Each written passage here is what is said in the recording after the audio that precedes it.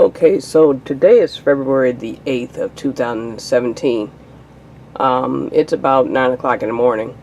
And yesterday, the house where that bulldozer and the truck are sitting at, the house was bulldozed yesterday. So what you're seeing now is some of the people who came with that bulldozer, and there's a Big Mac truck and some other trucks and stuff down the street.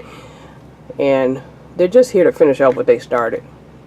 So today, they'll probably finish most of clearing out where the foundation and the actual house stood. And then they'll probably come back tomorrow. And they'll probably come back and finish off what they didn't clear out today.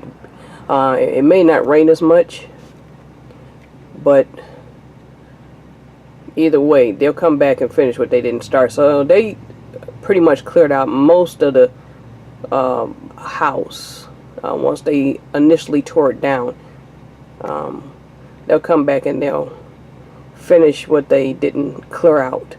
Then they'll come back and they'll put some hay or grass seeds down, and that hay has little grass seedlings in it, and once they do that, then they're pretty much done. They'll come back and inspect to make sure it was done. And usually there's an inspector or somebody from the city of Cleveland when they come out to demolish a house. And once the house is actually gone, they come out to inspect to make sure everything was done correctly. And I'm hoping that they'll put a garden or a little park, something like a community garden or something like that, where these properties was stood. That would look better than seeing a vacant property sitting there.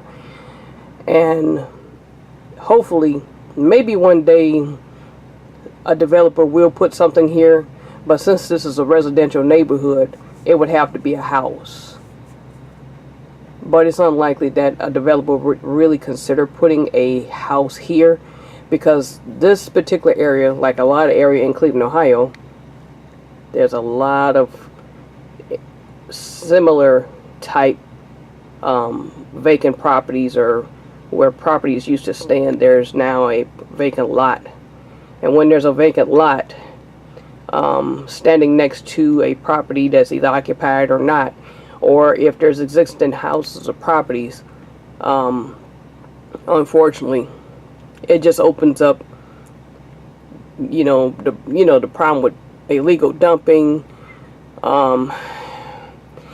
and it just brings the value of the neighborhood down, really down. And people don't seem to care about what happens once this happens, unless you actually buy a vacant lot where a house or property once stood, which is an option, but a lot of people can't do it because they don't have the financial means to do it. Maybe Habitat for Humanity may consider putting a property here, but I would guarantee you that's not going to happen, because there's too many other properties and areas in Zach Reed and Mamie Minchell and Council Ward Kenneth Johnson's ward where there's the same type of blight properties that are either condemned, and if they're not condemned, they're unoccupied.